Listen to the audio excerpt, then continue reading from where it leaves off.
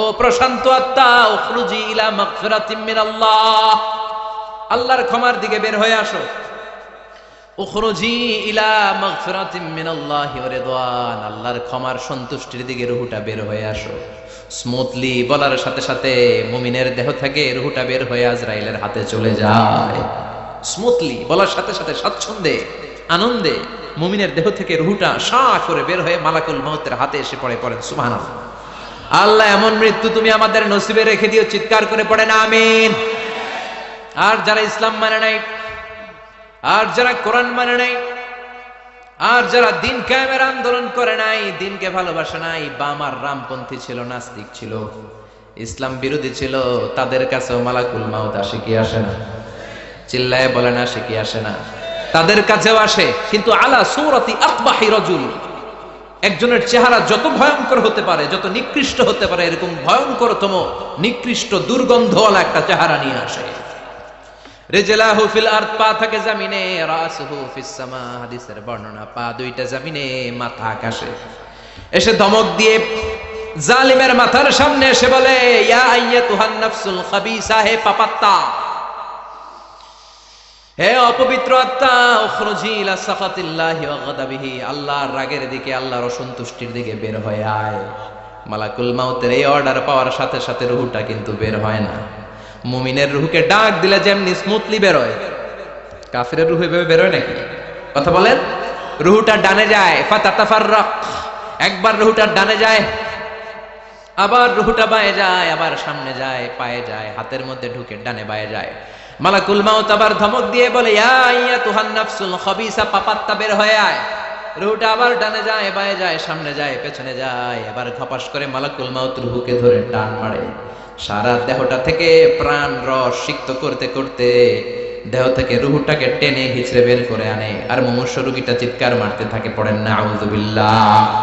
একটা জীবন্ত ছাগল, একটা জীবন্ত ছাগলের চামড়াগুলো জবাই না দিয়ে কেউ যদি টেনে টেনে বের করে, ছাগল জবাই হয় নাই কিন্তু চামড়া এক পাশ থেকে টেনে টেনে টেনে হিচড়ে আপনি গা থেকে বের করলে যত কষ্ট হয়, এর চেয়েও বেশি কষ্ট দিয়ে মালাকুল মাউত বামপন্থী আর কাফেরদের রুহুটা দেহ থেকে বের করে আনে। পড়েন না আউযুবিল্লাহ। আমাদের রুহুটা যেন আল্লাহ, মুমিনদের রুহু আপনি যেভাবে কবজ করান, ওইভাবে যেন আমাদের রুহুটা বের হয়ে আসে। আরো জোরে পড়েন আমিন। এজন্য আল্লাহ বললেন, বাল তুসিরুনাল হায়াতাদ দুনিয়া ওয়াল আখিরাতু খায়রুন ওয়া আবকা, পাগলের মতো মোহাচ্ছন্ন হয়ে এই দুনিয়াটার পেছনে ছুটে বেড়াও, এই দুনিয়া আসল নয়, আখিরাত হলো আসল। চিল্লায় বলেন ঠিক কিনা? অস্থির, আমরা অস্থির, আমরা ব্যস্ত দুনিয়ার লোভে আর মোহে পড়ে আমাদেরকে যে মরতে হবে, চলে যে যেতে হবে, এটা ভাবার সময় আমাদের নাই। চিল্লাই কোন ঠিক কিনা? এজন্য বলা হয় মুতু ক্বাবলান তামুতু, মরার আগে একবার মরো। হাসিবু ক্বাবলান তুহাসাবু আলাইক, তোমার হিসাব কিয়ামতের দিন করার আগে তুমি তোমার হিসাব করো। জীবনে কি কি পাপ করেছি আমি জানি, আমার চেয়ে ভালো কেউ জানে না। চিল্লায় বলেন ঠিক কিনা? কি কি অন্যায় করেছি আমার হৃদয়ের মধ্যে কথাগুলো আছে না নাই? পৃথিবীর কেউ না জানলেও আমি জানি কি জানি না? পৃথিবী না জানুক আমি তো জানি, আমি কি পাপ করেছি হায়। পৃথিবী না জানুক আমি তো জানি, আমি কি পাপ করেছি হায়। আমার পাপের করলে বিচার, বাঁচার উপায় নাই আমার।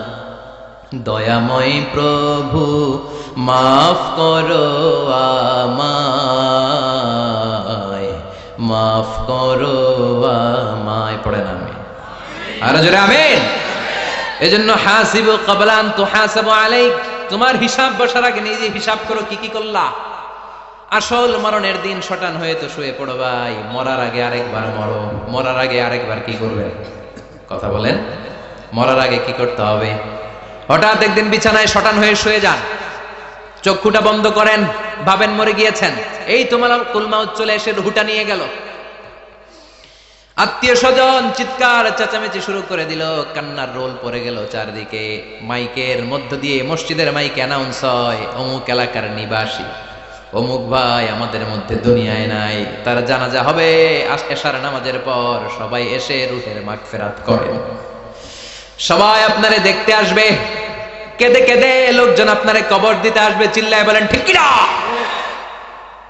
কেঁদে কেঁদে সবাই আসবে, দেখার জন্য আসবে। ছেলেগুলো কাঁদবে, স্ত্রী কাঁদবে, বাবা মা কাঁদবে, বন্ধু বান্ধব কাঁদবে, আর ঘরের মধ্যে রাখা হবে না। এবার আপনাকে গোসল দেওয়ার পালা। চক্ষু বন্ধ করে চিন্তার দরকার আছে না নাই? কথা বলেন। হঠাৎ করে, হঠাৎ করে শুনবি একদিন আমার মৃত্যুর খবর, কেঁদে কেঁদে আসবে সবাই দিতে আমায় কবর, দিতে আমায় কবর। ঠিক কি না? একটু চোখটা বন্ধ করে ভাবেন, আপনাকে গোসল দেয়া হবে, জামাগুলো খোলা হবে।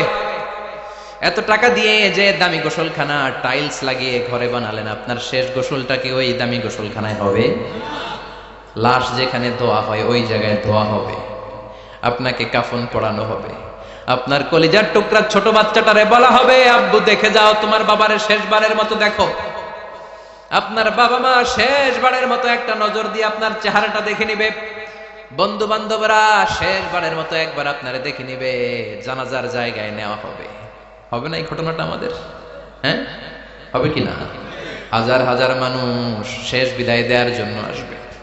চারটা তাকবীর দিয়ে ইমাম নামাজ শুরু করবে। আল্লাহু আকবার, আল্লাহু আকবার, আল্লাহু আকবার, আল্লাহু আকবার বলে নামাজ শুরু করবে। নামাজ শেষ। এবার পালকিতে করে কবরে যাওয়ার পালা। আহা, যেতেই হবে, যেতেই হবে। পালকিতে করে লোকজন নিতে শুরু করবে। কবরস্থানের ওই জায়গায় যেখানে মানুষ বছরে মানুষ না মরলে যায় না, ওই গহীন নিঝুম কবরস্থানে ঢুকানো হবে। পালঙ্ক থেকে নামিয়ে আপনার জন্য করে রাখা আগ থেকে কবরটার মধ্যে শুইয়ে দেয়া হবে। উপরে বাঁশ দিয়ে ছাউনি, শেষবারের মতো সবাই দেখে বাঁশের ছাউনির উপরে মাটি চাপা দিবে। ঠিক কিনা? চলে যাবে সবাই, কেউ নাই, অন্ধকার, শুধু অন্ধকার। এই অন্ধকার যেন শেষ হতে চায় না। এই ঘটনা ঘটবে না আমাদের? কথা বলে, ঘটবে কিনা? এজন্য মরার আগে এগুলো চিন্তার দরকার আছে না নাই? মরার আগে আরেকবার মরার দরকার আছে না নাই? এজন্য রব্বুল আলামিন বলেন, বাল তুসিরুনাল হায়াতাদ দুনিয়া ওয়াল আখিরাতু খায়রুন ওয়া আবকা। এই দুনিয়ার জীবনটাকে তোমরা আসল জীবন মনে করো, এটা আসল জীবন নয়। আসল জীবন হলো কবরের জীবন। চিল্লায় বলেন ঠিক কি না? আল্লাহ তোমার এই দুনিয়া, আল্লাহ তোমার এই দুনিয়ায় কেউ আসে কেউ চলে যায়, তবু তোমার ভয়ে কারো কাঁদে না হৃদয়। এই দুনিয়াতে আমার বদলে গেল মন, চারিদিকে দেখি শুধু সুখেরই স্বপন। ভাবলো না মন আল্লাহ ছাড়া,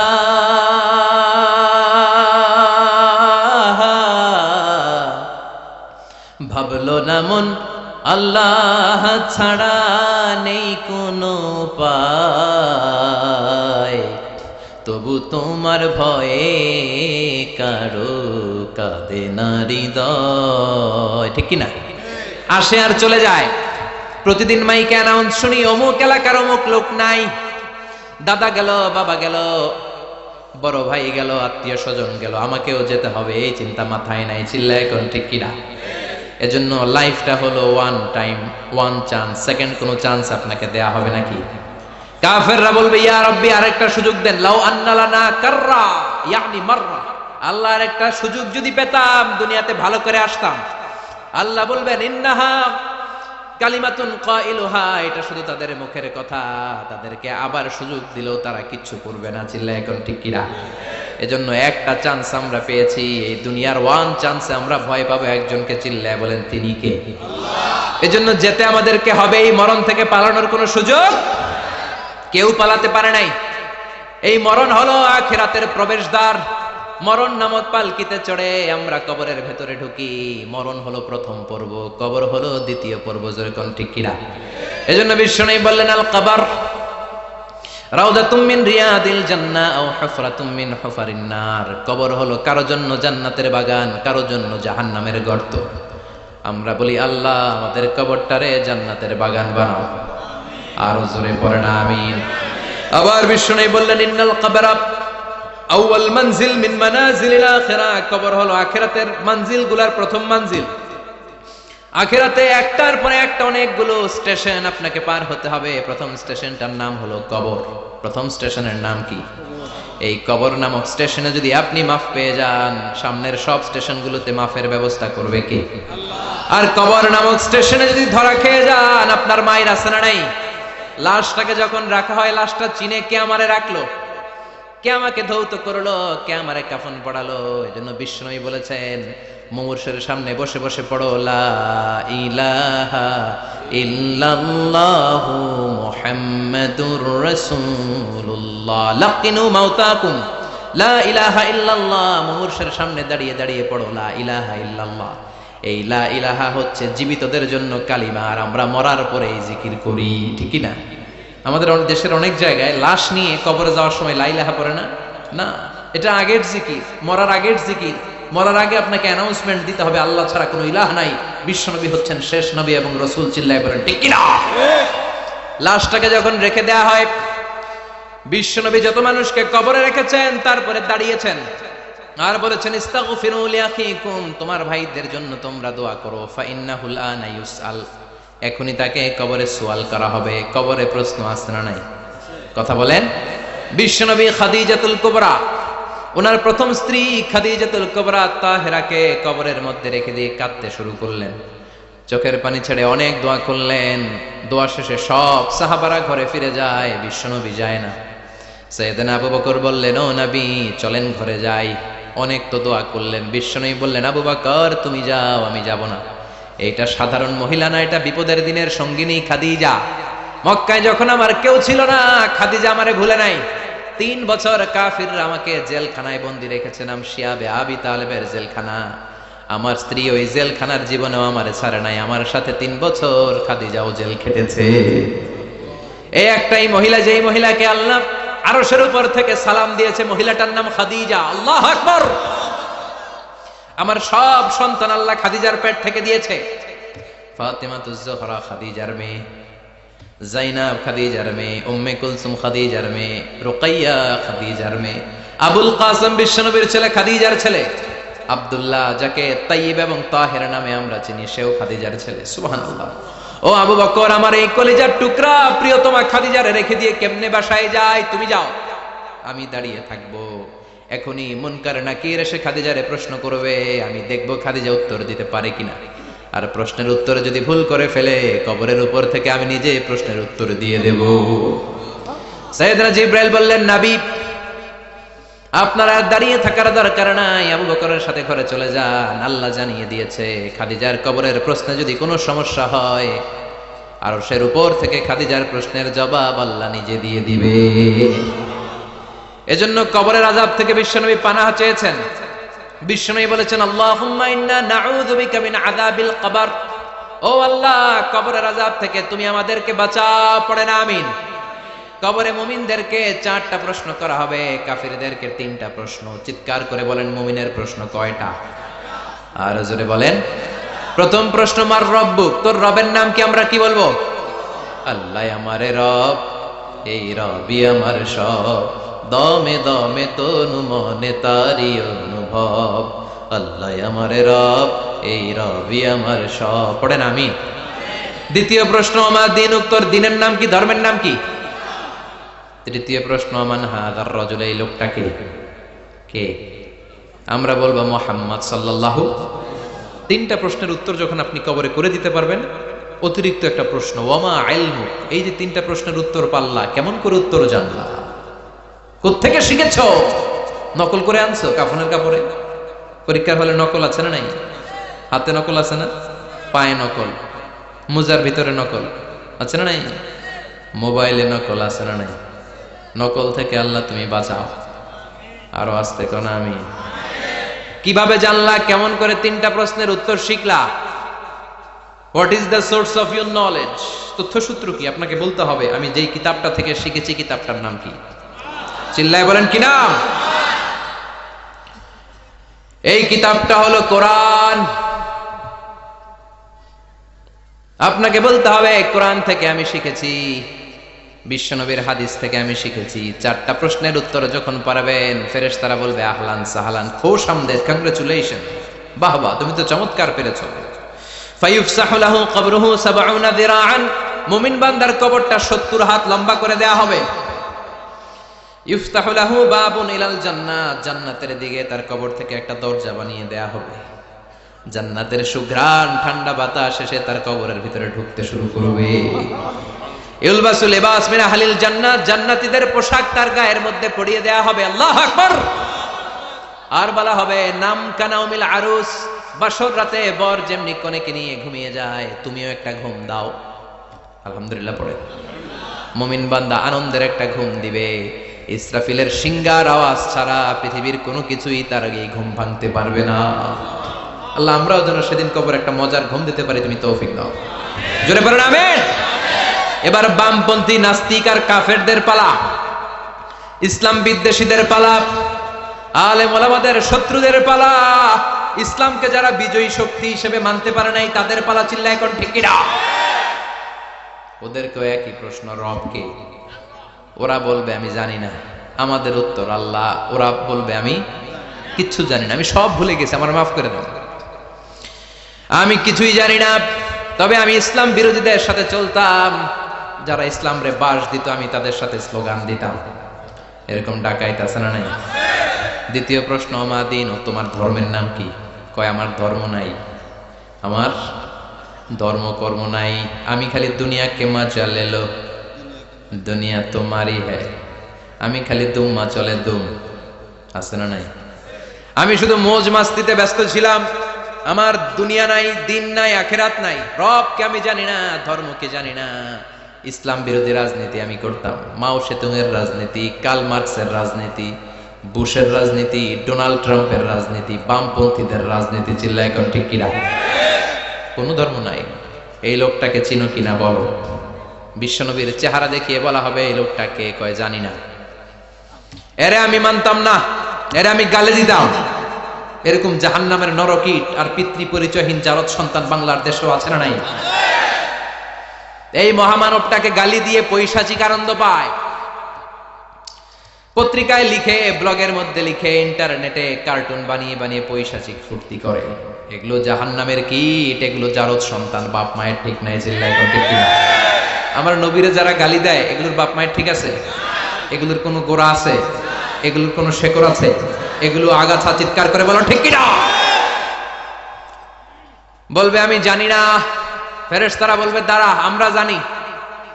তোর সাথে কেমন আচরণ করতে হবে আমাদেরকে ট্রেনিং দিয়েছে কে? এবার শুরু হবে মাইর। কি শুরু হবে? কথা বলেন। মাইর। ফায়ুদরাবু বিমা তারিকা মিন হাদিদ, লোহার হ্যামার দিয়ে শুরু হবে মাইর। এক একটা হ্যামারের বাড়িতে মাথাটা ফেটে চূর্ণ বিচূর্ণ হয়ে যাবে, দেহটা জামিনের ভেতরে ৭০ গজ ডুবে যাবে, দেবে যাবে। ওর চিৎকারে কবরস্থানটাও থারথার করে কাঁপবে। আবার জামিনকে বলা হবে ইলতাইমি, চাপা দে। জামিনে ঢুকে যাওয়ার পরে জামিনের এপাশ থেকে একটা চাপা, মাটি চাপা, বাম দিক থেকে মাটি চাপা, দুই চাপায় ডান দিকের পাজর বায়ে চলে যাবে, বাম দিকের পাজর ডানে চলে আসবে। ওর চিৎকারে কবরস্থানটা থার থার করে কাঁপবে। আল্লাহ এই ধরনের পরিস্থিতি থেকে তুমি আমাদেরকে বাঁচাও। আরো চিৎকার করে করে বলেন আমিন। এজন্য কবরের এই প্রস্তুতি নেওয়ার দরকার আছে না নাই? কোরআনের পক্ষে থাকার দরকার আছে না নাই? ইসলামের পক্ষে থাকার দরকার আছে না নাই? ইসলামী আন্দোলনের সাথে থাকার দরকার আছে না নাই? ইসলামের বিজয় চাওয়ার দরকার আছে না নাই? যে লোক ইসলামের বিজয় চায় না, যে লোক চায় না ইসলাম দিয়ে দেশ শাসিত হোক, যে লোক চায় না কোরআনটা সংসদ ভবনে নেতৃত্ব দেখ, তার অন্তরে ঈমান থাকতে পারে নাকি? চিল্লায় বলেন পারে? যে ঈমান প্রয়োজনে, উখিয়াতে নাই, উখিয়াতে মাজার আছে নাকি? সাগর পারে এগুলো থাকে, এগুলোর সাথে ইসলামের সম্পর্ক আছে? কথা বলেন আছে? যে ঈমান খাজার নামে মাজার গড়ে ফুলুস কামায়, যে ঈমান শিরকিয়াতের আমল করে ভীত না হয়, যে ঈমান বাস্তবে নাই, যে ঈমান ময়দানে নাই, মুখে শুধু কথার কলি, কি করে তারে বলো ঈমানে বলি, কি করে তারে বলো ঈমানে বলি, কি করে তারে বলো ঈমানে বলি। চিল্লায় বলেন ঠিক কিনা?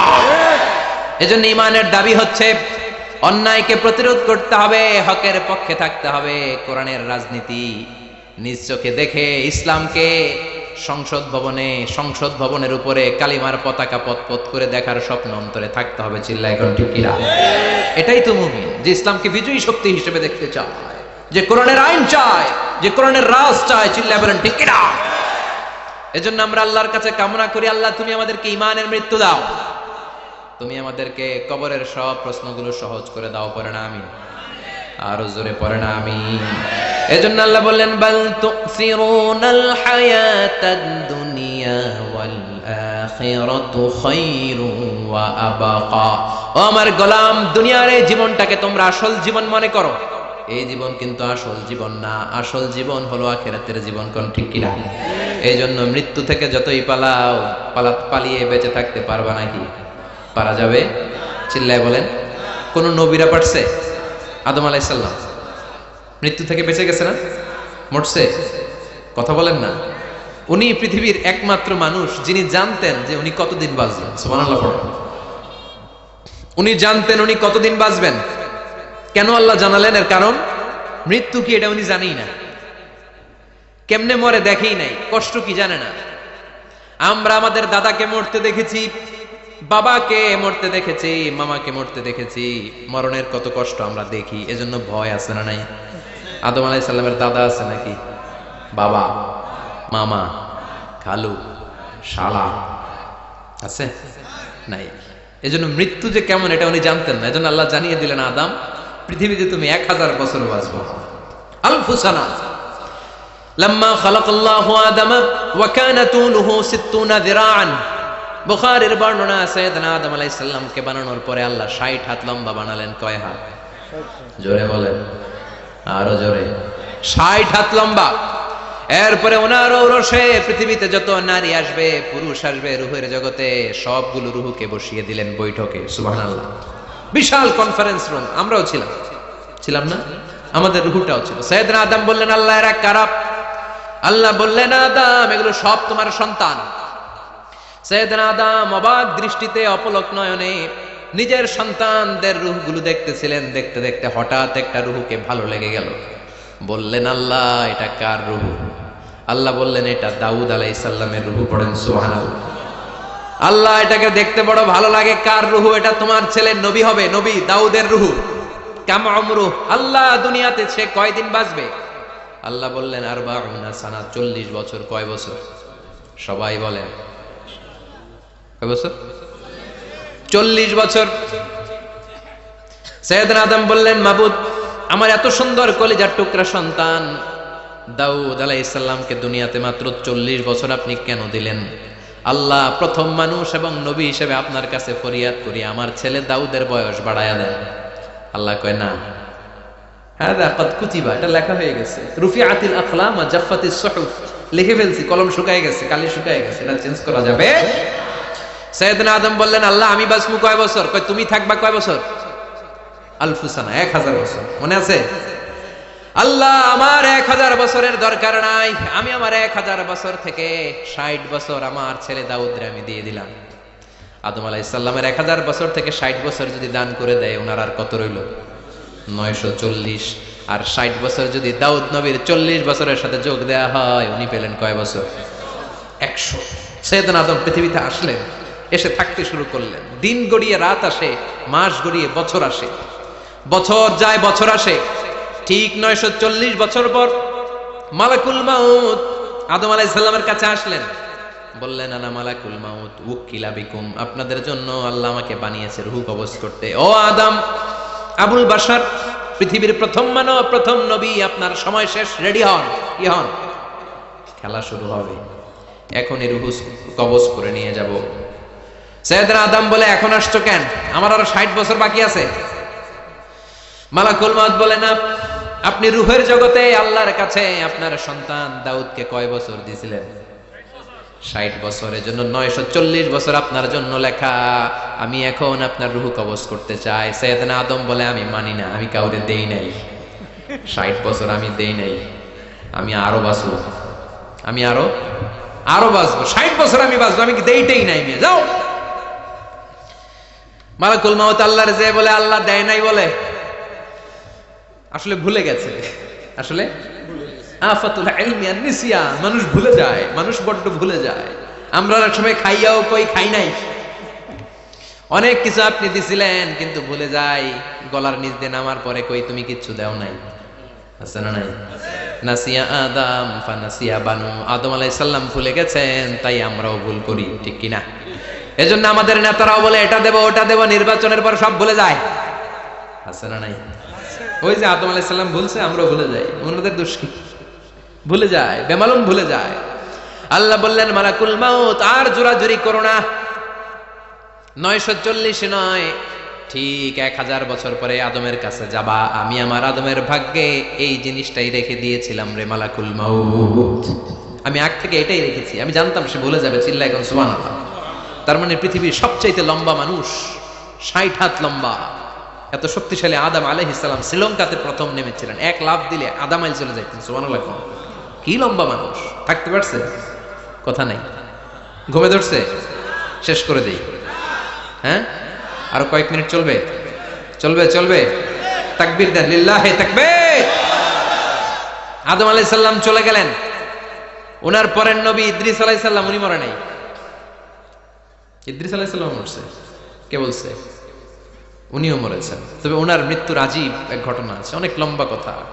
এক ফেরেশতার সাথে ওনার বন্ধুত্ব হয়েছিল। বলেছিলেন, আমি আকাশ দেখতে চাই, আল্লাহর কাছে অনুমতি চাই। আল্লাহ বলল, ঠিক আছে, ইদ্রিসকে আকাশে ঘোরাও।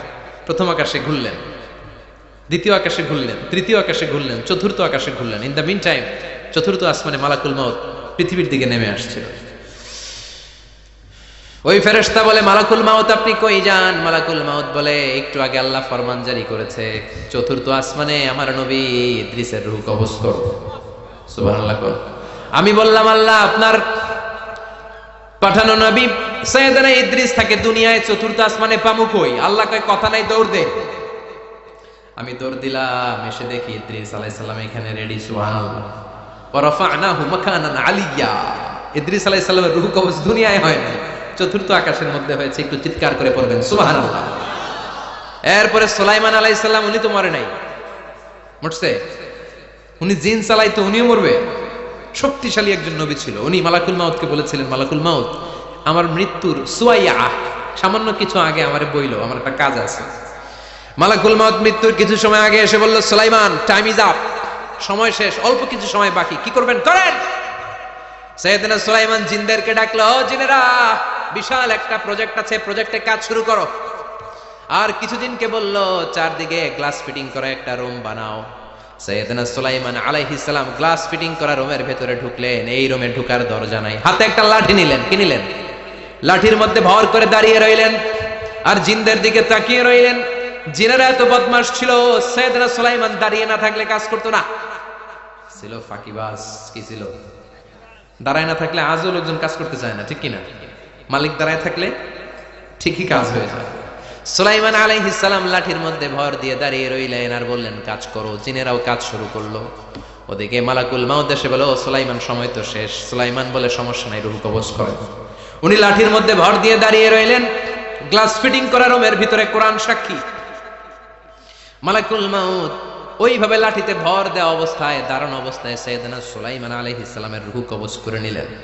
উনি এমন ভাবে দাঁড়িয়েছেন, রূহ চলে গেল, লাশ হয়ে দাঁড়িয়ে রইলেন। লাঠির মধ্যে দাঁড়িয়ে আছেন, জমিনের মধ্যে লুটিয়ে পড়ে নাই। সুবহানাল্লাহ।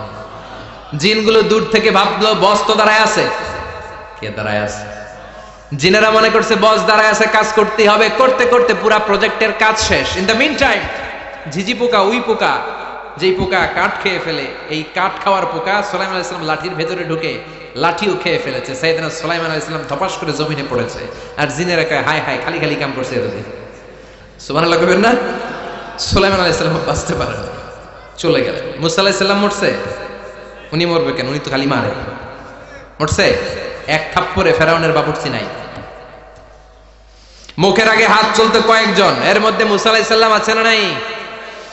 মালাকুল মাউত মানুষের আকৃতিতে অনুমতি না নিয়ে ঘরের ভেতরে ঢুকে গেল।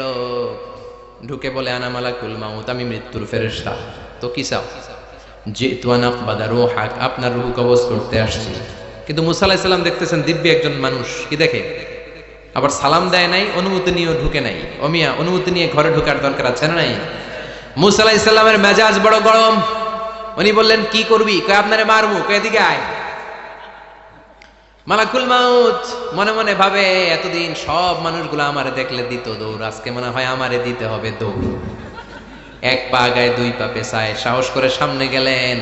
আবার মুসা আলাইহিস সালাম দিলেন এরকম থাপ্পড়। ফাসাক্কাহু ফাফাকু আইনা, বুখারীর বর্ণনা, এক থাপ্পড়ে চোখ নাই। ঠিকই মালাকুল মাউত দৌড়, এক দৌড়ে আল্লাহর কাছে। আল্লাহ বললেন রাখো, এটা মুসা আলাইহিস সালাম, তার মেজাজ বড্ড গরম, আমাকে কথা বলতে হবে। আল্লাহ বললেন মুসা, বুখারীর বর্ণনা, গরুর পিঠের উপর হাত রেখে দাও। রাখা হলো। তোমার হাতের নিচে গরুর যত পশম, প্রত্যেক পশমের বিনিময়ে এক এক বছর করে হায়াত বাড়িয়ে দিলাম।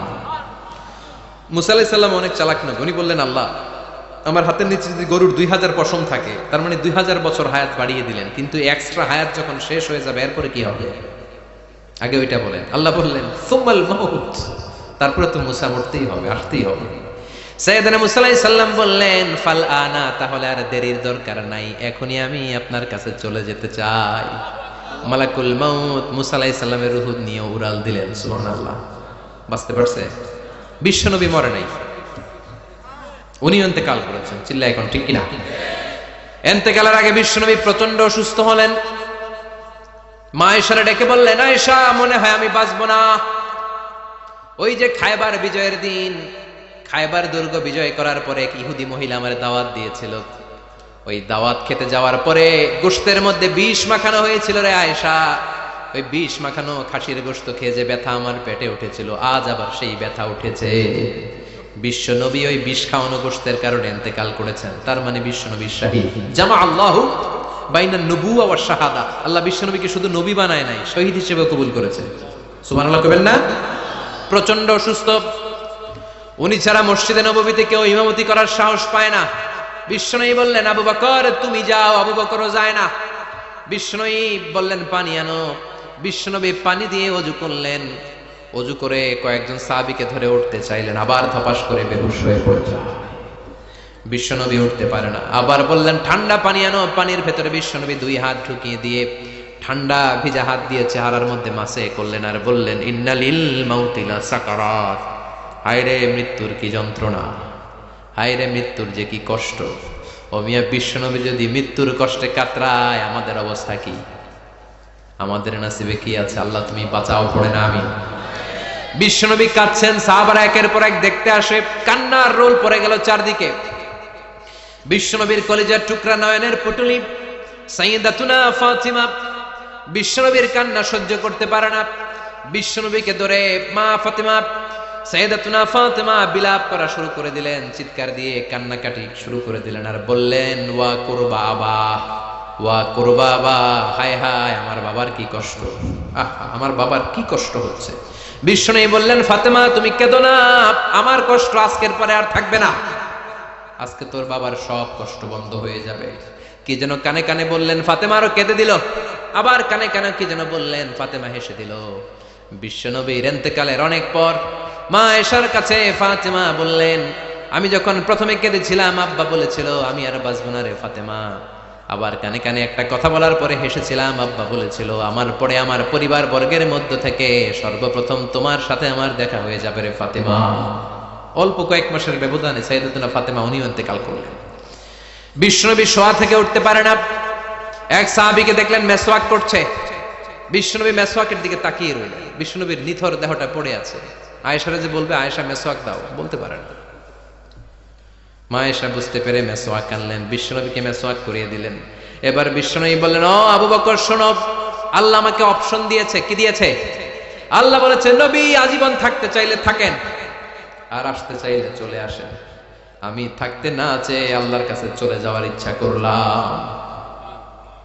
সাইয়েদনা আবু বকর কান্না জুড়ে দিলেন। বিশ্বনবী বললেন, আসসালাত আসসালাত, ও আমার উম্মতেরা নামাজ তরক করো না। ইন্তেকালের আগে বললেন নামাজ ছেড়ে দিও না। আর বললেন, ওয়ামা মালাকাত আইমানুকুম, তোমাদের অধীনস্থ কর্মচারীদের সাথে খারাপ আচরণ করো না। ঘাম শুকানোর আগে পয়সা দিয়ে দিও। আর হাত দুটো উঁচু করে বললেন, আল্লাহুম্মা ইলার রাফিকিল আলা, ও আল্লাহ আমি আপনার কাছে যেতে চাই। এই কথাটা বলে বিশ্বনবীর হাত দুইটা থপাস করে জমিনে পড়ে গেল। বিশ্বনবীও চলে গেলেন। থাকতে পেরেছে কেউ? চিল্লায় বলেন। এজন্য আমরা আল্লাহর কাছে ঈমানি মৃত্যু চাই। কি মৃত্যু? আমরা উত্তম মৃত্যু চাই। চিল্লায় বলেন কি মৃত্যু? এজন্য মরণের আগে ঈমান নিয়ে মরার দরকার আছে না নাই? বিশ্বনবী দোয়া করতেন, আল্লাহুম্মা রযুকনা হুসনাল খাওয়াতিম, ও আল্লাহ আমাদের শেষটা যেন ভালো হয়। শেষ কথা বলি, এদিকে তাকান, মনোযোগ আছে? বলতেন, আল্লাহুম্মা রযুকনা হুসনাল খাওয়াতিম, ও আল্লাহ আপনি আমাদেরকে ঈমানের মৃত্যু দেন, আমাদের শেষটা ভালো করেন। কারণ সব ভালো তার শেষ ভালো। জানেন না এটা আপনারা? সব ভালো তার শেষ ভালো। আজীবন ইসলামের পক্ষে, আজীবন নামাজি মুত্তাকি, মরার আগে কাফের হয়ে মরে, এরকম আছে না নাই? মরার আগে শাহবাগের মঞ্চে উঠে ভাষণ দেয়, ভাইয়েরা আমার, আছে না নাই? আবার আজীবন কাফের, ইসলামের বিরোধী, ইন্তেকালের আগে কালিমা পড়ে সব মাফ করায়, আছে না নাই? বিশ্বনবীর শ্বশুর আবু সুফিয়ান, নাম শুনছেন? বদরের যুদ্ধে বিশ্বনবীর বিরুদ্ধে, মক্কায় বিশ্বনবীর ঘুমাতে দেয় নাই, উহুদের যুদ্ধে বিশ্বনবীর সাথে ফাইট, খন্দকের যুদ্ধে বিশ্বনবীর সাথে মারামারি, আহজাবের যুদ্ধে কিলাকিলি, সারাটা জীবন বিশ্বনবীর সাথে মারামারি, মক্কা বিজয় কালিমা পড়ে মুসলমান হয়েছে। গোটা জীবনে যা অন্যায় করেছে সব মাফ করে দিয়েছে কে? এজন্য আমরা আল্লাহরে বলি, আল্লাহ কালিমাটা পড়তে পড়তে যেন আমরা মরতে পারি। চিৎকার করে পড়ে না আমিন। জিহাদের ময়দানে এক সাহাবা যুদ্ধ করতে লাগলেন। বুখারীর বর্ণনা, যুদ্ধ করতে করতে কাফেরদেরকে মারতে মারতে, হাদিসের ভাষ্য, লা ফাযা ওয়ালা শাযা ইল্লা ইয়াদরিবুহা বিসাইফি, তার সামনে যত কাফের আসে সে কচুকাটা করে। অন্য সাহাবীরা খুশি হয়ে যায়। অন্য সাহাবীরা বলে আজকের সব সওয়াব এই সাহাবী পেয়ে যাবে। কিন্তু বিশ্বনবী হঠাৎ করে একটা কথা বললেন, ওই কথা শুনে সাহাবীরা অবাক। বিশ্বনবী বললেন, হুয়া ফিন্নার, ও জাহান্নামে যাবে। কই যাবে? জিহাদের ময়দানে এক মুজাহিদ সাহাবী কাফিরদেরকে মেরে শেষ, কিন্তু বিশ্বনবী বললেন কই যাবে? কথা কয় না। এক সাহাবী কয়, ঘটনা কি? এত বড় মুজাহিদ ফি সাবিলিল্লাহ কেন জাহান্নামে যাবে? আমি লুকিয়ে লুকিয়ে দেখি। লুকিয়ে লুকিয়ে ওই সাহাবী দেখে, মুজাহিদ সাহাবী যুদ্ধ করতে করতে কাফিরদের বিশাল একটা ঘাটির ভেতরে ঢুকে গেল। মারতে মারতে মারতে মারতে হঠাৎ এক কাফেরের আঘাতে এই মুজাহিদ সাহাবীর ডান হাতটা কাটা পড়ে গেল। এবার ডান হাত দিয়ে ফিনকি দিয়ে রক্ত বের হতে শুরু করলো। মুজাহিদ সাহাবী আর যন্ত্রণা সহ্য করতে পারে না। যন্ত্রণা সহ্য করতে না পেরে কাতরাতে কাতরাতে নিজের হাতের ছুরিটাকে জমিনের মধ্যে কেটে দিয়ে ছুরির উপর ঝাঁপিয়ে পড়লো। পেটের এই দিক দিয়ে ঢুকে ওপাশ দিয়ে বের হয়ে গেল, এফার ওপার হয়ে গেল, মানে আত্মহত্যা করলো। ঠিক কিনা? জাহান্নামী না? কথা কম। লুকিয়ে লুকিয়ে যে সাহাবা দেখেছে, চিৎকার দিয়ে বিশ্বনবীর কাছে যায় বলে, আশহাদু আন্নাকা রাসূলুল্লাহ, ও নবী আপনি যে আসল নবী, কোনো সন্দেহ নাই, আমি লুকিয়ে লুকিয়ে দেখেছি। ওই মুজাহিদ সাহাবা বেঁচে নাই, সে কাফেরের আঘাতে শহীদ হয় নাই, নিজের পেটে নিজে ছুরি ঢুকিয়ে আত্মহত্যা করেছে। আজীবন বিশ্বনবীর সাথী, মরার আগে জাহান্নামে। আমরা কেউ জানি না আমাদের শেষটা কেমন হবে। এজন্য আমাদের শেষটা ভালো হোক, ভেরি সেন্সিটিভ ইস্যু। আমাদের শেষটা ইমানের হোক।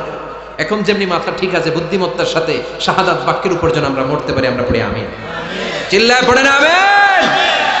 কি করে বুঝবেন মৃত্যুটা ভালো হলো?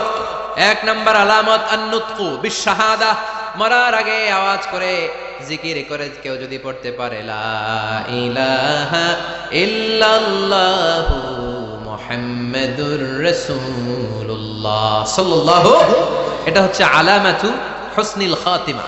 আপনার মৃত্যুটা যে ভালো মৃত্যু হয়েছে এটার আলামত। কি মৃত্যু? সবাই বলেন ভালো মৃত্যু আমরা চাই কি চাই না? ভালো মৃত্যুর এক নম্বর আলামত কালিমা পড়ে যদি মরতে পারে। বিশ্বনবী বলেন, মান কানা আখিরু কালামিহি লা ইলাহা ইল্লাল্লাহ, যে ব্যক্তির সর্বশেষ কথাটা হবে, বাক্যটা হবে লা ইলাহা ইল্লাল্লাহ, দাখালাল জান্নাহ, সে জান্নাতি হয়ে যাবে। সুবহানাল্লাহ পড়ে। এরপরে বিশ্বনবী বললেন, আল মুমিনু ইয়ামুতু বিজাবি ইরকিল জাবিন, মুমিন যখন মারা যায় তার কপাল ঘেমে যায়। সুবহানাল্লাহ পড়েন। হাত ঘামে না, পা ঘামে না, মুমিনের কপাল ঘামে। সুবহানাল্লাহ। এজন্য কেউ মারা গেলে কপালের মধ্যে হাত দিবেন, দেখবেন ওই ঘামের মধ্যে একটা জান্নাতি ঘ্রাণ আছে। সুবহানাল্লাহ। আল্লাহ, আমরা যখন মরে যাব আমাদের কপালটা যেন এরকম ঘেমে যায়। আমিন পড়েন আর জোরে আমিন। আল মুমিনু ইয়ামুতু বিআরাকিল জাবিন, মুমিন মারা গেলে তার কপাল ঘামে। কপাল ঘামলে বুঝতে হবে এটা ভালো মৃত্যু, ইমানি মৃত্যু। চিল্লায় বলেন ঠিক কিনা? এরপরে বিশ্বনবী বললেন, ফি লাইলাতিল জুমা, জুমার রাতে যদি মরে, আও ফি শাহরি রমাদান, কিংবা রমজান মাসে যদি মরে, আও ফি সাফারিল হজ, কিংবা হজের সফরে যদি মরে। বাংলার জমিন থেকে অনেক হাজিরা হজ করতে যায়, অনেকে ওইখানে যে আরাফাতের ময়দানেও মারা যায়, এরকম হাজি আছে না নাই? খুশনসিব, এটা খুশনসিব। আলহামদুলিল্লাহ পড়ে। এরপরে বিশ্বনবী বললেন, মাউতুশ শাহাদা, আল্লাহর রাস্তায় জিহাদ করে কালেমার বাণীকে উপরে তুলে ধরার জন্য কেউ যদি শাহাদাতের বাণী, শাহাদাতের পেয়ালা পান করে, শাহাদাতের মৃত্যুর চাইতে ভালো মৃত্যু আর হতে পারে? শাহাদাতের মৃত্যুর চাইতে শ্রেষ্ঠ মৃত্যু আছে নাকি? কথা বলেন। আমরা শহীদ হতে চাই কি চাই না?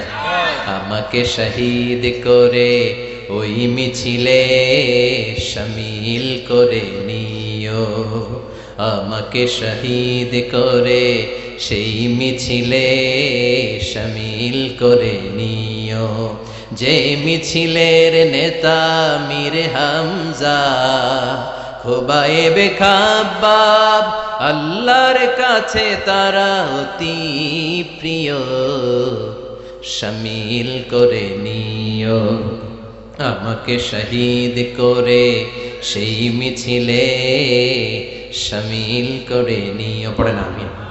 শাহাদাতের তামান্না যেই মুমিনের অন্তর নাই, অন্তরের ভেতরে নাই, ওই লোক কি মুমিন হতে পারে নাকি? মান সাআলাল্লাহ শাহাদা, বিশ্বনবী ফরমান, যে ব্যক্তি আল্লাহর কাছে শাহাদাতের মৃত্যু চায়, বাল্লাগাহুল্লাহু মানাজিলাশ শুহাদা ওয়া ইন মাতা আলা ফিরাশিহি, কেউ যদি আল্লাহর কাছে শাহাদাত অন্তর থেকে কামনা করে, রব্বুল আলামিন ওই ব্যক্তিকে শাহাদাতের মর্যাদায় নিয়ে যাবেন, যদিও সে বিছানায় পড়ে পড়ে মারা যায়। বিছানায় পড়ে মারা গেছেন, কিন্তু অন্তরে কামনা ছিল, আল্লাহ আমারে তুমি শহীদ হিসেবে কবুল করো, শহীদদের কাতারে আপনারা দাঁড় করায় দিবে কে? ওমরে ফারুক বলতেন, আল্লাহুম্মা আরযুকনা শাহাদাতান ফি সাবিলিক, ও আল্লাহ আপনি আমারে আপনার রাস্তায় শহীদ হিসেবে কবুল করেন। ওয়ারযুক মাউতি ফি হারামি রাসূলিক, পৃথিবীর কোন শহরে মরতে চাই না, বিশ্বনবীর শহর মদিনা শহরে আমার মৃত্যু কবুল করেন। ওমরে ফারুক কই মরছে? কথা কও। ফজরের জামাতে ইমামতি করতে গিয়েছেন, মাওলাল মুগীরা আবু লুলু আল মাজুসি, মাওলাল মুগীরার আঘাতে অ্যাসাসিনেটেড বাই মুগীরা, স্টেবিং করেছে। এখানে তিনটা আঘাত করেছে, একটা এখানে, একটা পাজরে, একটা নাভির মধ্যে, নাভি কেটে দুই ভাগ। ওনাকে খাবার দেয়া হলো নাবিজ, দুধ মাখানো নাবিজ, ওই নাবিজের দুধ নাভি দিয়ে বের হয়ে যায়। উনি বললেন, কে মেরেছে আমাকে? বলল, অগ্নি উপাসক। শুকরিয়া করে বললেন, আল্লাহ আমারে কোনো মুসলিম মারে নাই, কোনো মুমিন মারে নাই। উনি বেহুশ ছিলেন, হুশ ফিরে সবাই রে বললেন, আসল্লান নাস, ফজরের যেই নামাজটা আমার ইমামতিতে শুরু হয়েছে, এক রাকাতের পর আমাকে মারা হলো। এবার আমাকে বলো, আমার নেতৃত্বে যে নামাজটা শুরু হয়েছে, নামাজটা ঠিক মতো হয়েছে কিনা? সুবহানাল্লাহ। আমারে কে মারলো? কে তোমাদের খলিফা হবে? কি হবে আমার আব্দুর রহমানের আব্দুল্লাহর? এগুলো নাই। প্রথম কথা ছিল মানুষরা নামাজটা পড়েছে কিনা। সুবহানাল্লাহ। এজন্য শাহাদাতের তামান্না সবচেয়ে বড় তামান্না। চিল্লায় বলেন ঠিক কিনা? এরপর বিশ্বনবী বললেন, মুরাবিতান ফি সাবিলিল্লাহ, মুসলিম রাষ্ট্রের পাহারা দেয় যারা, বর্ডার গার্ড। আমাদের দেশের বর্ডার গার্ডের কি বলে? আগে বিডিআর ছিল, এখন বিজিবি। আমার বিজিবির ভাইরা না খেয়ে না পড়ে শীতের রাতে দেশ পাহারা দেয়। বিএসএফ এর গুলিতে যদি মারা যায়, এটা শহীদ। সুবহানাল্লাহ। এর চেয়ে শ্রেষ্ঠ মৃত্যু আর হতে পারে? এরপরে আল মাউতু আলা আমালিন সালেহ, কোন ভালো কাজের উপর মরণ। নামাজে সেজদা দিয়েছে, সেজদা অবস্থায় অনেকে চলে যায়, এরকম আছে না নাই? তাহাজ্জুদের যায় নামাজে মরণ দিও প্রভু আমায়, একামতে দিনের কাজে কবুল করে নিও আমায়। পড়েন আমিন। তাহাজ্জুদের যায় নামাজে যেন আমাদের মরণ হয়, পড়েন আমিন। রোজা অবস্থায় মারা যাওয়া, নেক আমল অবস্থায় মারা যাওয়া, এগুলো হচ্ছে আলামাত হুসনিল খাতিমা। আপনার শেষটা, বিদায়টা, মৃত্যুটা যে ভালো হয়েছে তার আলামত। আল্লাহ এই যে কথাগুলো বললাম, শ্রেষ্ঠ শ্রেষ্ঠ মৃত্যু, আমাদের মৃত্যুগুলো ওইরকম করে দিও। চিৎকার করে পড়েন আমিন, আওয়াজ করে পড়েন আমিন। এবার আলামাত সুইল খাতিমা, কিছু মৃত্যুর আলামত আছে, এটাই প্রমাণ করে এটা ভালো মৃত্যু নয়, এরকম আলামত আছে না নাই? এক নম্বরে হলো আল ইন্তিহার, আত্মহত্যার মৃত্যু। সমাজে আছে না নাই? উখিয়াতে তো নাই না? এদিকেও মরে, কি জন্য? কেন মরে? হ্যাঁ, বয়ফ্রেন্ড গালি দিয়েছে এজন্য? হ্যাঁ, মান কতালা নাফসাহু বিশাইইন উযযিবা বিহি ইয়াউমাল কিয়ামা। যে জিনিস দিয়ে যে যাকে মেরেছে, আত্মহত্যা করেছে, সুইসাইড করেছে, কিয়ামতের দিন ওই জিনিস দিয়ে সে তাকে মারবে, এটাই হবে তার শাস্তি। ওড়না পেঁচিয়ে যারা আত্মহত্যা